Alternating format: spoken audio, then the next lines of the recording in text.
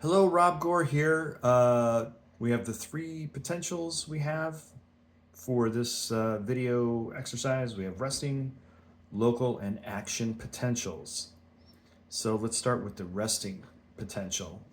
Here we have the external cellular fluid, which has mostly sodium ions floating around with a positive charge. I have the sodium in orange, as well as a few positively charged potassium ions in blue. Inside the plasma membrane, there are potassium ions, which are also positively charged, but they're offset by negatively charged cellular proteins in green. And that creates a smaller positive charge compared to the external fluid. Also, there are sodium potassium pumps that are constantly running in purple here. And they're pulling in potassium ions and pumping out sodium ions. So there's naturally a higher concentration of potassium inside the neuron and a higher concentration of sodium outside. So in this state, you have a lower concentration of positive ions as well as negatively charged proteins. So the external and internal fluids are differently charged. This difference creates an electrical potential in the neuron's membrane of negative 70 millivolts. And this section of the neuron is considered in a polarized state. You can see on the graph here where it's sort of in this at rest, flat state. So this potential means it's like ready to go, locked and loaded. So now we're going to talk about local potential. We have some local stimulation happening here.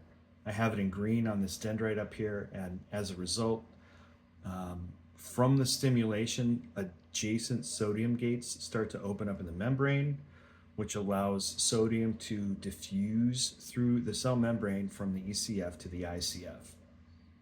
And this offsets the negatively charged proteins inside the cell, which decreases the negatively charged electrical potential. So this local potential has some characteristics. It's graded, meaning more stimulation means more sodium gates open up and more ions enter the ICF. It's also decremental, meaning the sodium gate response gets weaker the farther it's away from the stimuli. And it's reversible, which means once the stimuli stops, the sodium gates can close and the electrical potential goes back down.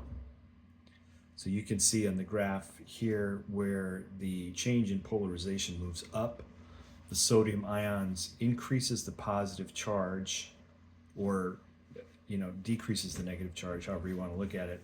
And it starts going from negative 70 millivolts. This is the local potential, and it goes down or up on the graph until it hits negative 55 millivolts. And that brings us to the next image.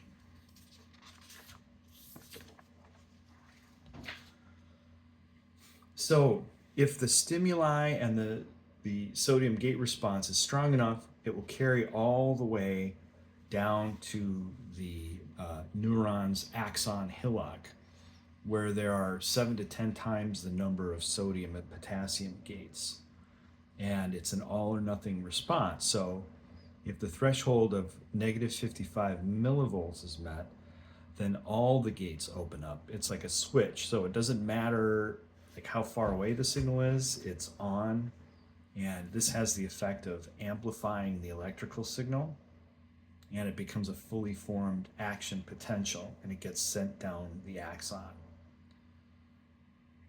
So once it starts, the gates open, it doesn't matter if the stimuli weakens or goes away at this point because it's irreversible. The signal is sent, it continues down the axon to its terminal, and the end could be like a synaptic knob, like we learned about in the last unit, and stimulates a muscle. So that's the three potentials.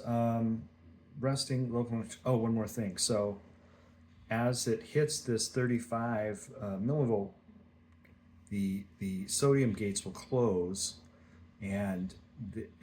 these sodium and potassium pumps keep running, and that brings back the polarization. It's repolarization, and it continues until these get sort of reloaded and ready to go, and stabilized at negative 70 millivolts. And then it's ready for the next stimuli or whatever happens. So pretty cool process to learn about this stuff. Utterly fascinating. So there it is. Thank you for watching, and have a good one.